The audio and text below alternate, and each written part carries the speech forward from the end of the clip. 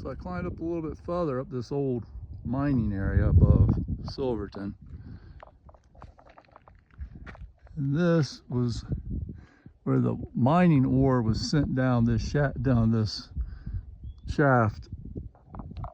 the hill, and they were mining in different spots, probably following a vein or multiple veins, and mining out this area. And this is a good example of the kind of material they were looking for. This is a highly metamorphosed piece of rock that's yellow. There's probably a lot of sulfur in that, but you can look at the rock and see that there was a lot of hydrothermal activity. So if we think about water on the surface of the earth, we usually think about 3 phases of water. They teach you this, and should teach you this in elementary school, but at least middle school. There's ice, there's liquid water, and there's like gas, steam, or water and gas phase, like evaporation. But water actually exists in many, many more phases than those 3. It's just that at the surface of the earth, water is stable in those 3 forms. But when water is under pressure, like it would be in the earth through these veins and pushing and all this heat energy, and water trapped under all this tectonic activity, mountain building activity millions of years ago, it's extremely hot water, or H2O. That's the chemical symbol for water. And under those extreme temperatures, water can go into another phase. And in other areas with different pressures and temperatures, water can be under lots of different phases. But under those conditions, you have a liquid water but it's called supercritical water, and it has very strong properties for dissolving minerals and things. So even water on the surface of the earth is called the universal solvent, because it can dissolve many, many, many things. And it can dissolve ionic things, and it can dissolve other polar things, substances. And that's why it's so good that's why it's so important in our body. But it's also like, just if you think about washing your hands, things work a lot better when you use water. And then you can add another solvent like soap or alcohol or something like that, and that will dissolve some other things.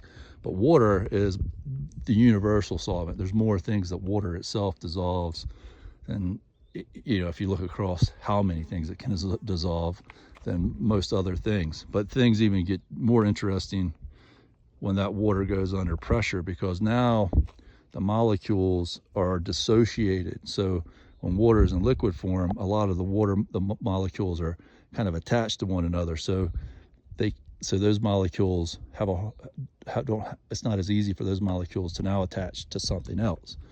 But when, say, water's in gas phase, like in steam is a very good way to clean things, because now the water molecules are all separated apart, and there's more, let's call it like surface area for the water molecules to now attach to other things to help pull them away and dissolve them. But of course in steam, the molecules are also want to spread way far apart from one another, so they're not as dense. So when you have water that's supercritical, like underneath the Earth's surface under high temperature and pressure, it has the properties of the liquid water, where the molecules are very densely packed together, but it has the dissociated properties of steam. And now all those little water molecules are packed densely together, but they're also not attached to one another. And so now they can pick up all kinds of things, and it's like kind of like Super Mario water.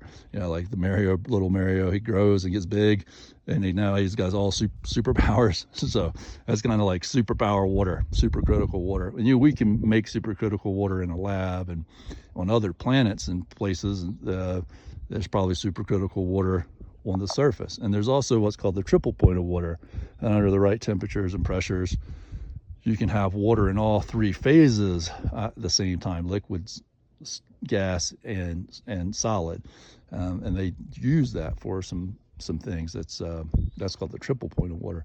But anyhow, this little piece of geology right here is a great example of what hydrothermal water does. It really, all these minerals have been dissolved out of that, and that's how gold can get picked up and deposited in these veins.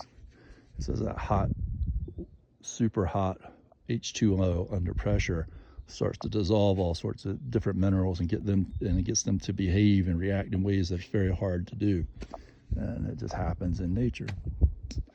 But this is such a beautiful, and everything just keeps changing as the sun moves across the sky. You start getting a whole lot of different, now this area over here is getting shaded in. That was obviously all just sunlit a little while ago, but the sun's kind of come around between these hills, and now this area down here has got more sunlight on it. So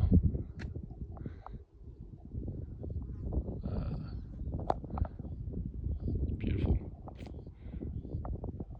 I love you.